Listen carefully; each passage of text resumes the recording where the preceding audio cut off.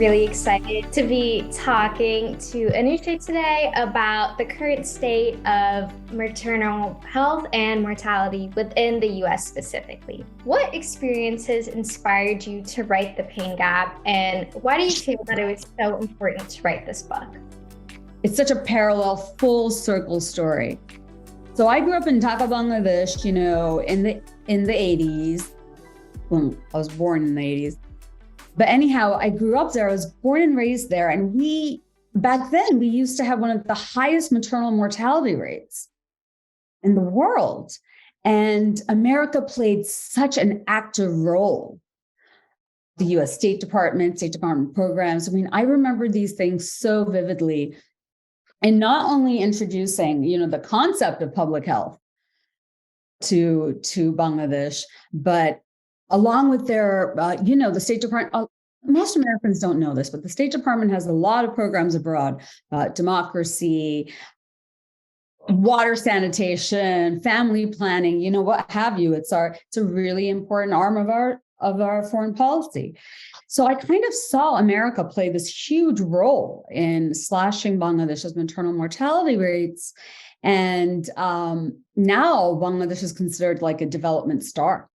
We've slashed our maternal mortality by 40%. And I just kind of grew up thinking that it was impossible to die in pregnancy in America.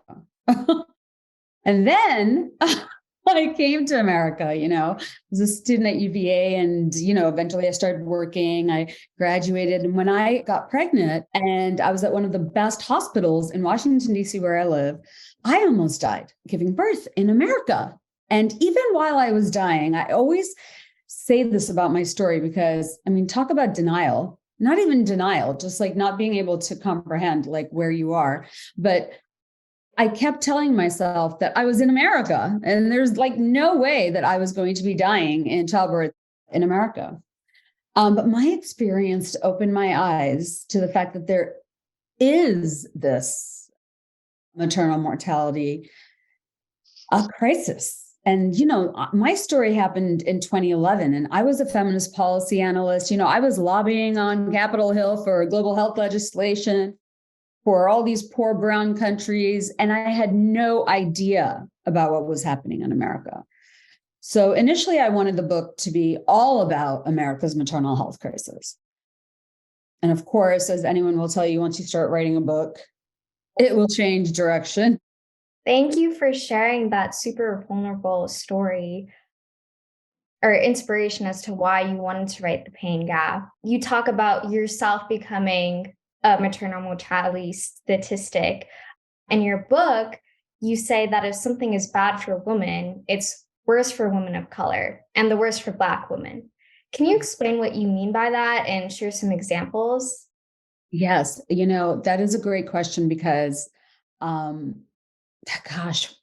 wrote that after analyzing and gathering so much research and data and studies, which have really come out quite recently in the past 5 to 10 years, and especially during COVID, which really backs what women have always known, that we are not believed, that we are gaslit. It's worse when you're a woman of color, because honestly, I think about the doctor who treated me that night that I first went into labor, and still I'm like, was he racist or was he sexist or like, was he both? And for most of us, it's both. But what I found it was so interesting is that we hear these stats all the time. We know that Black women are more likely to die giving birth in America. And we hear that they're, 3 times more likely to die. And that sounds like a big number. But put another way, that's 243% more likely to die giving birth in America than their white counterparts. Like, so many people in America don't like to talk about race. Breaking news. They really don't. And so many people get so offended. I feel like a COVID rainbow, as I call it, is that we can finally now say, this is racist. This was racist. This is still racist. And so even if you want to be in denial about race, playing a role in these massive disparities. You have to ask what is happening. And pre-COVID, there were some really racist explanations for this. They would say that Black women are welfare mothers, and Black people are less educated. But now we have studies that show that a college educated or higher Black woman is still more likely to die than her white high school graduate counterpart. And then this groundbreaking study that Priya just brought up that just came out, it was a massive study that says that even wealth won't protect you as a Black woman. And, we have these stories, and I have so much respect for Serena Williams, because I feel like her story, when she came out with her story, and Beyonce too, that just showed that even a rich, powerful Black woman, this woman is paid millions of dollars. She's one of the best athletes in the world, to know her body. She was saying, something is wrong. I have blood clots. I need a CT scan. I need XYZ. And the nurse had the audacity to tell Serena Williams that her pain meds were making her confused. And sure enough, she coughed herself to opening up her C-section stitches. It was, her experience was terrible. And even Beyonce almost died. So racism is a huge role.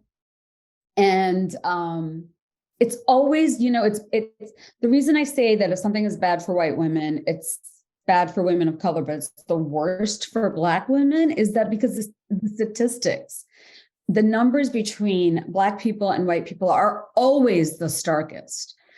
We haven't done as much research as we should on Indigenous women. But the data that we do have on Black people and on white people, it's always the largest gaps between those groups of people. Right. And I think your book in general does such a great job about talking how COVID lifted this sort of filter from American society, and how we were able to really see the pertinent impacts of racism and sexism, especially in healthcare. And in your book, you mention how women are sort of this invisible safety net, which I think is a really good analogy, upon which American society is crucially dependent on. We can do so much. I've lived in this country now for like 25 years, and I'm so confused, because we have all the resources, we have all the money, we have all the expertise. We know how to solve really every big problem, but we don't. And I don't feel like we fully want to, because the system is working, how it was intended to work. I always say this, the systems are actually functioning how they were supposed to work. They were supposed to value certain lives over other lives. White people, white lives, white men were never supposed to be questioned. That is the authority. I grew up thinking that when I was growing up in Bangladesh. It's crazy to think I ended up writing this book. But when we were growing up, you just never did that. The issue now is that America itself is changing. The face of America is changing. The American medical system needs to catch up with everything else that's going on, because I think another thing that COVID exposed was how I don't think most people around the world understand America's insurance system and how insurance works. But I think COVID showed the world that we would rather let people die out on the street than treat them if they don't have the right billing and insurance and the entire concept of like medical debt that we have here. So I think we need a systemic overhaul, because we are a huge capitalistic society, and we're also one of the most litigious country in the world. So we've gotten to a point now where we're just so scared of either you can't pay your bill or that we're going to be sued. We'd rather just let you die. Right.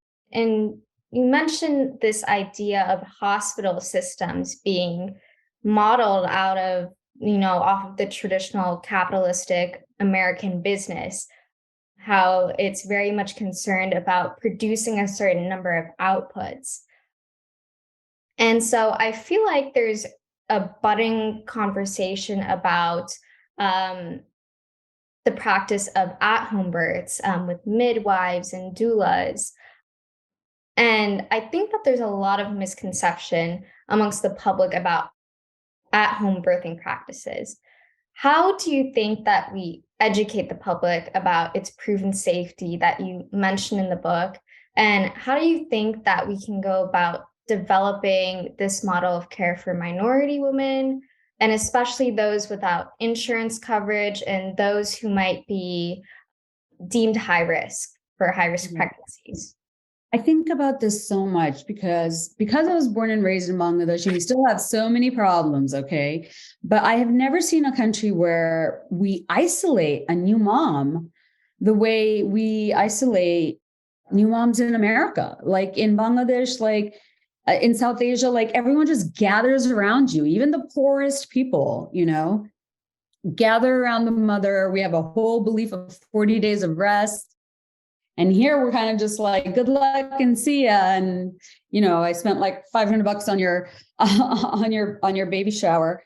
But the thing is, I think is that American women don't know that they have choices. Okay, because hospital birth is really, and this wasn't an accident, by the way. I mean, if you go back and read the history, this was very, very intentional. I mean, hospital births are presented as the only option, the safest option, the best option. And then we look at America's maternal mortality rates, how they're rising, and the fact that C-sections have risen by 500% in the last generation. I mean, these are not normal numbers. It's just like that 243% more likely to die, Black women more likely to die. You just have to ask, like, what is going on? That is a massive number. So, initially, we've completely removed women from the process of birth in America. It's so fascinating and so messed up because initially it was, slave women, immigrant women, Black and brown women that came to this country and introducing midwifery, right? And then at the turn of the century, it just became something that white men became the professionals about. And the attitude was, do you want to give birth at home with a dirty brown woman, or do you want to be in a clean hospital with this white guy? And so many things, this white man who knows everything about women's health and women's bodies. But, everything, so many things we do to this day, like lying on our backs when you're giving birth. Intervention after intervention, as soon as you're in the hospital, I didn't know that I had options. And by the way, every state is different. It's not easy just to have a home birth. Every state is different. I mean, we're still trying to get like doulas to be covered by insurance companies. So I'm not encouraging everybody. A lot of people, some of my critics say that this is an anti-medicine or anti-doctor, anti-science book, and it's not. I just want women to know that they have choices because hospital births aren't right for everybody. Even though I almost died during mine, I don't know if I could have had a home birth. So I always encourage women, talk to your doctor, do what's right for you. But if you want a home birth, I mean, women should be able to do whatever the heck they want. Okay. Give birth in the middle of the forest. If that's what you want. I don't know why we're still telling women what to do. My next book. I know, completely agreed. Do you think that hospital systems will get to a point where they actively integrate this patient-centered, patient-valued model that a lot of midwives practice? Do you think there will ever be an integration of that into general hospital systems? I hope so. I think hospitals are trying, they have like birthing centers and X, Y, and Z. But I spoke with Priya about this once, and not only do we not believe women, we don't listen to patients. And I don't blame doctors or hospitals. They don't have the time. I mean, they're working in the system too. So it's really a cultural shift that's needed. And just more options, and just letting women know you don't have to give birth in a hospital. And one of the things that I write about in the book, which I thought was just so crazy to do to women, was sending women during, the peak of a pandemic to the hospital without their partners, with a mask on. I mean, what the heck is that about?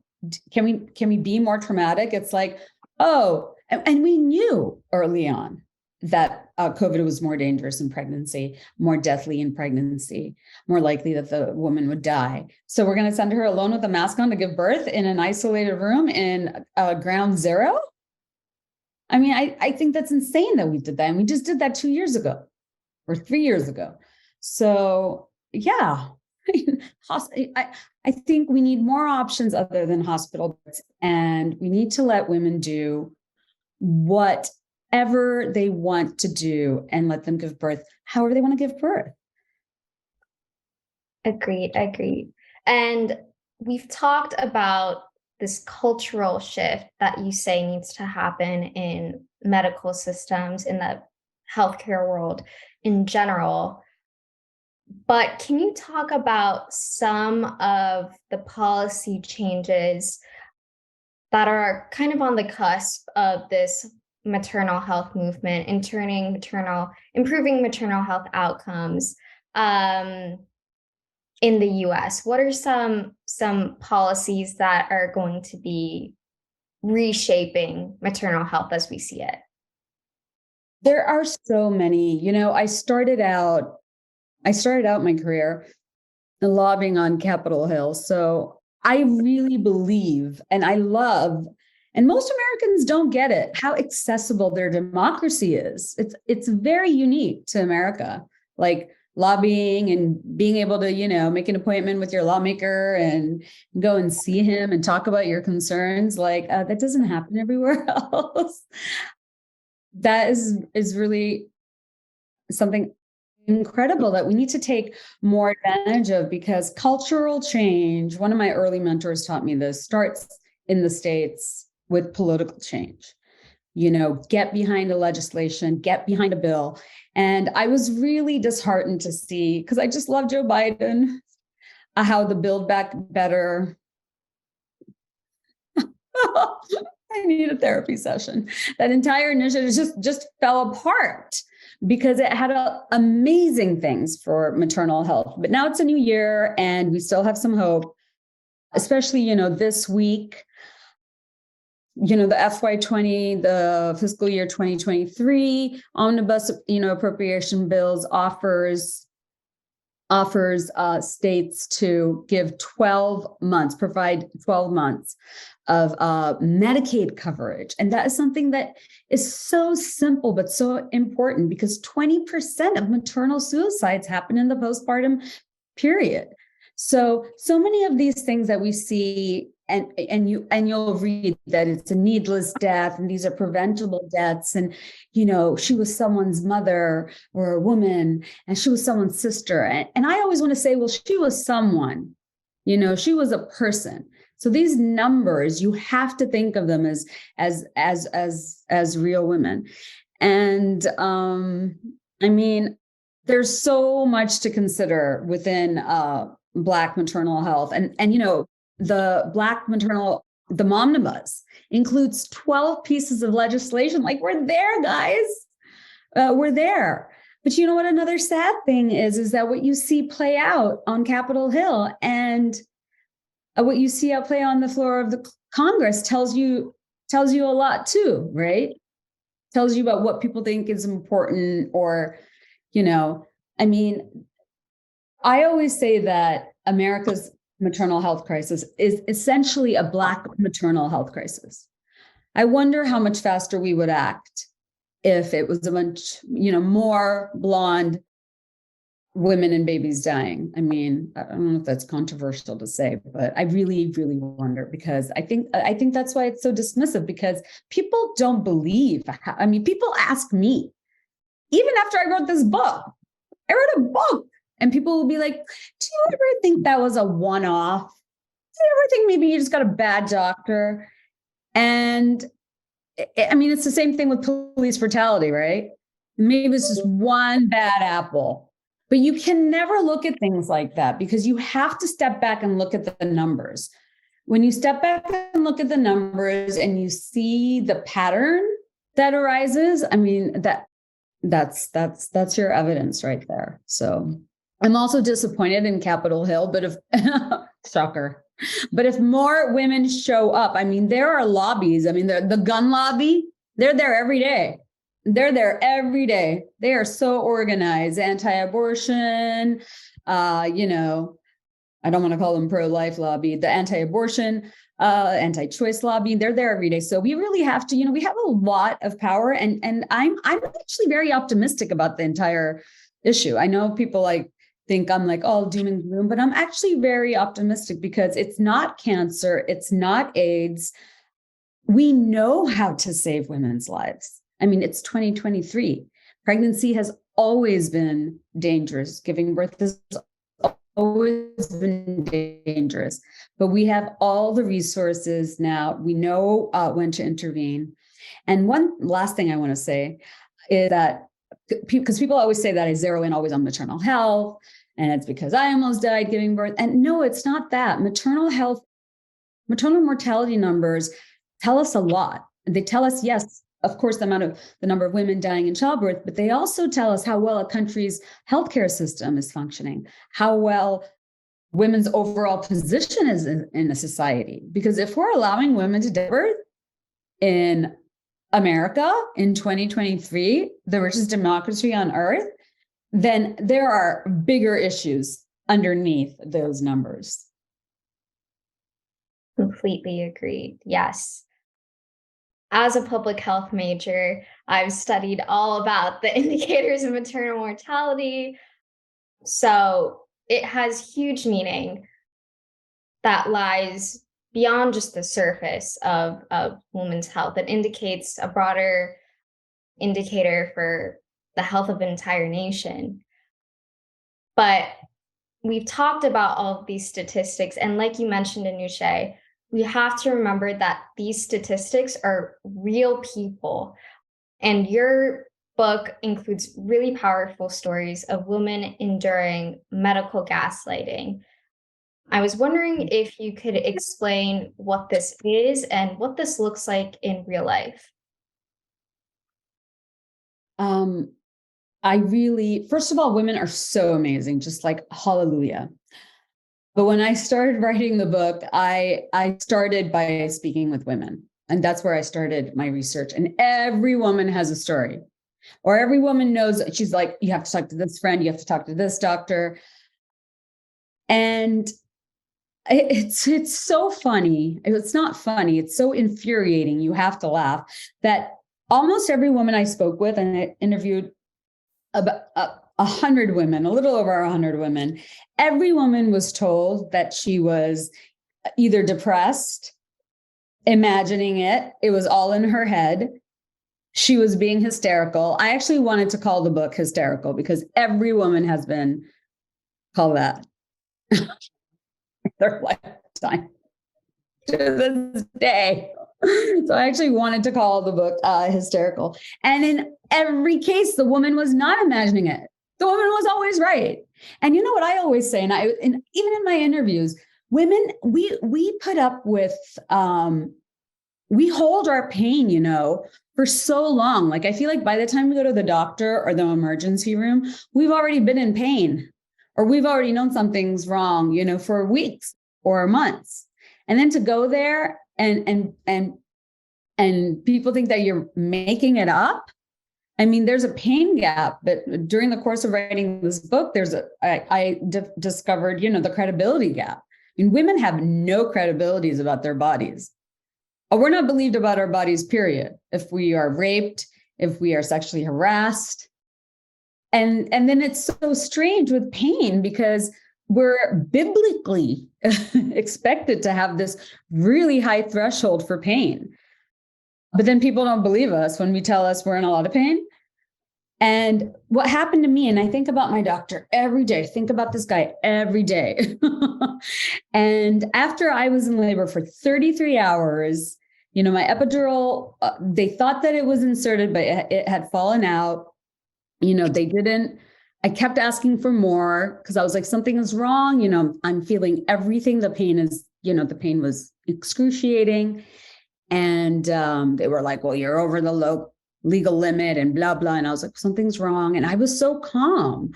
And they finally called in the anesthesiologist, and he noticed that my needle had slipped out. I wasn't hooked up to the epidural at all. And so by that time, I had 104 fever. I was shaking. They had to do an emergency C-section, always an emergency C-section.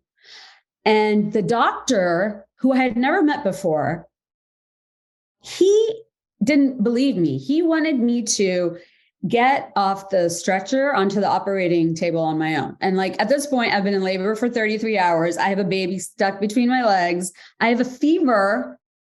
And he didn't believe that I was in pain. And, every day I'm just like, why didn't I just like kick this guy's ass? But just to show you, like, my goodness, so just believe women. Let's start there. Another cultural shift I call for in my book is, can we believe women? Believe women. Let's just start there, because our go-to now is not to believe women, and there's never a good outcome. And somebody usually ends up dead. Yeah. There's obviously a lot that needs to be done culturally in the policy world. But ending this conversation on maybe a more positive and inspiring note, what can we as women do ourselves to be heard and to be treated respectfully? I am so hopeful. I am so hopeful about this entire issue because I have 2 young girls, and I just feel like in general, the new generation of girls and young women, they are not going to take it. I mean, I think about my 5-year-old, and she might be like a ringleader of like a drug cartel one day, and I don't know. But she would have kicked that doctor's ass, pardon my French, Priya, sorry. But, she would not have dealt with that. She wouldn't be like, what the heck? I need a this and a this and a this, and I don't want you in the room. So I am very, very hopeful about the next generation of women. Women are coming forth with their stories all over the place, from Larry Nassar into gymnastics to Hollywood. And there's a lot of power in women's stories. And I think a lot of times people dismiss it as like women just like gossiping or having like wine night, but we're networking and mobilizing. And once you share your story, I thought for so long that what happened to me only happened to me, and that maybe I did something, I really did try to be the perfect patient. By the way, you can't be the perfect patient.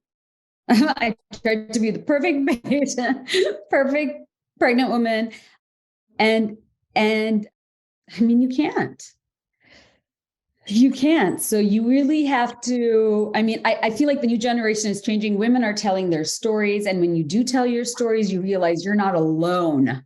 And then you realize, oh, there's 1, 2, 3, 5, there's 1 million of us, 100,000 of us. And that is, I think women don't tell their stories. I'm like obsessed with women's stories now, because first of all, what women keep to themselves, what they don't tell. And a lot of women don't tell their stories because they know they're not going to be believed. And you know what? They're right. But when we do tell our stories and we share our stories, and then we identify with identify a pattern and a problem, and then we mobilize to say, no mas and no more. And definitely not like for my girls, or for my kids. And I also feel like this generation of women are raising their sons better too. Women's health is not just a women's issue. Hello. Should be like a required, I don't know, like a class in every stage of your education. Okay. Everybody benefits from women's health. 70% of the world's healthcare workers are women. We do so much for people's health. And even aging parents and like later in your life, when we forget childbirth, and then nobody takes care of our health. Nobody even thinks it's a priority. I mean, the US government doesn't think it's a priority. I mean, that is a problem. And, I'm pissed and we need to change it. And I really think like organizations like, I'm going to do a pun here, a new one like New Health and Priya. I mean, I'm so excited and proud for you because this is the stuff we need. I mean, I read even your social media stuff. I'm like, yeah, repost and but that's why, that's what we need, what you guys are doing. And everybody, don't be overwhelmed by the problem. We don't have to solve maternal mortality tomorrow, but everybody do something, just a small step. There's a Japanese saying that, small step, every day, a small step towards your goal. And then one day you're just going to be there. And I really believe in that. I think that's beautiful. I wanted to thank you again, Anushay, for just being a powerhouse in the field of women's health and for being such an amplifier for us all and really empowering us, motivating us, like you say in your book, to use our hysteria for something good. And you know what? Next time a man calls you hysterical, I should be. We have so many grounds. Here's my list for being hysterical. Right? Absolutely. Justified. Absolutely. Well, thank you, Shalina, and thank you for your amazing questions and moderation and for going into this work. I mean, I just spoke at Columbia University like a couple of weeks ago, and I was like, you guys are the future. Like, what a great bunch of, I don't want to say kids, but a great bunch of like young people. Like, I have so much hope and positivity about the future. I don't think it's like, oh, we're all going to die in childbirth tomorrow. I think that we're at a turning point, and I think it's going to be your generation that's going to say no more. Amazing. Well, we do have just a few questions from our audience. Almeda Cooper asks, do you have any practical tips for how to find alternatives to hospital births? Oh my God. Midwifery. It depends where you live. First of all, look up your state and look up your laws. The laws of your state. Because it's something that but it's something that governments really local government really try to restrict. Okay. It's not something they want because that's going to be taking a lot of business away from hospitals to, God forbid, women of color. So research it, look it up. Where do you live? What are your options? If you can't do it in your state, can you do it in another state? Do you want a water birth? And before anything, go to your doctor and make sure you don't have any issues that could cause you to lose your life if you chose a home. Not everyone can do a home birth, So that would be my answer for that. Do your homework. Don't just like buy an inflatable pool and put on some Zen music. It's not like that, ladies. It's for life. Okay. And then something could happen with the baby too, so you need to, Christy Turlington Burns and Every Mother Counts, which is just one of the best organizations out there. I mean, that's what happened to her. And she's a rich, white, powerful woman. She almost died. Postpartum hemorrhage is a big deal, is a big problem. So, consider everything. Don't just be like home birth. No, inform yourself. Always be informed and talk to a professional, talk to a doctor beforehand. And then D. Baker asks, do you have any thoughts about why women who are medical professionals seem to perpetuate the same bias towards women? Oh, I get this all the time. Hey, just because we're women, I mean, it doesn't change a lot. A lot of times women don't believe other women. And there are these women who are in a deeply misogynistic system. I mean, the medical world. And when did they start allowing like people of color in? So they're in the system too. And I'm not saying they're bad people, but a lot of times women don't, we expect something, we expect different behavior from women, but it's not like that's not how it works. And that's just a sad reality. So treat your doctor like, you have a doctor. Just because she's a woman doesn't mean she's going to, give you an extra cuddle. She might just be like, lady, you're complaining too much. I got another patient. I got to go. So there's a great app. I wish I had it when I was pregnant, by Kimberly Sales Allers, called the Earth app. It's an award-winning app. And she took the B out of the birth, just the Earth app, to take out the bias. But it's basically a Yelp for hospitals where women of color talk about, oh, don't go here, or like this guy did this and this doctor. And I'm like, that is so amazing. Women have so much information. We're so amazing. First of all, we need to get rid of the patriarchy. And then so much would be solved, because women are so smart and we're such good managers. And and sharing this information is so important. I mean, the person who gave me some really super crucial information right before I gave birth, she was like my cousin's friend's wife's sister. And she was like, hey, take all the disposable underwear from the hospital bathroom. And I was like, ew, why? Why would I do that? And she was like, because you're going to be bleeding for weeks. And I was like, what? Why? Like, I didn't even know that. And I have 4 sisters and a mother. Like, nobody told me, hey, you need these disposable underwears. We're more focused on your baby shower than we are on when you become a mother. Do you have food to eat? Are you alone? Are you depressed? Your hormones are crashing. We really need to get rid of the baby shower. How's that, Priya? Seriously, thanks for the bassinet that I'm going to try to tie around my neck. I don't even know what it is. What's the point? Oh, yeah. Okay. And then I think one last question before we close off. Any more questions? What are your thoughts on, Julia Tavares says, what are your thoughts on how to make these topics less taboo? Talk about them. It's not taboo. There was an excellent article on the period today about women's periods in the Atlantic, and how the lack of research into periods, because it's so taboo, is so detrimental to women's health and women's health research. And I posted it, and one of my guy friends was like, oh, really, Anush? And I'm like, really? You're 43 years old. You're married. Women get periods. Deal with it. And women still, we still do it. Restaurants or the office or wherever, secretly passing tampons. Oh, come on. Okay. So that's another thing. Just talk about it. Why is it taboo to talk about vaginas or mifepristone, but let's all fund Viagras and penis pumps? And there's no insurance debate over that.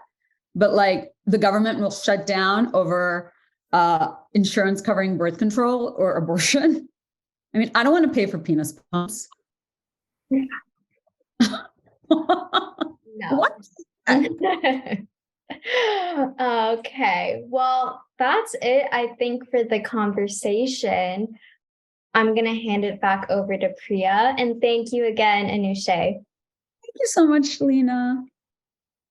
Well, everyone, thank you so much for joining us for our first virtual event for New Health. Anushay, thank you so much for being with us and sharing more about your book. Of course, everyone, I encourage you to read this book. Available in paperback, bestseller, and Audible. Just saying.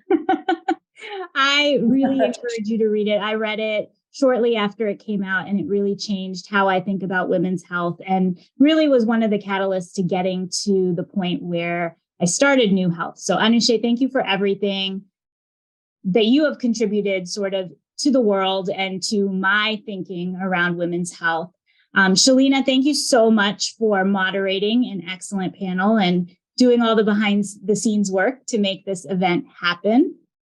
For all of you that enjoyed this event, they will be held monthly. Our next event is going to be on May 25th.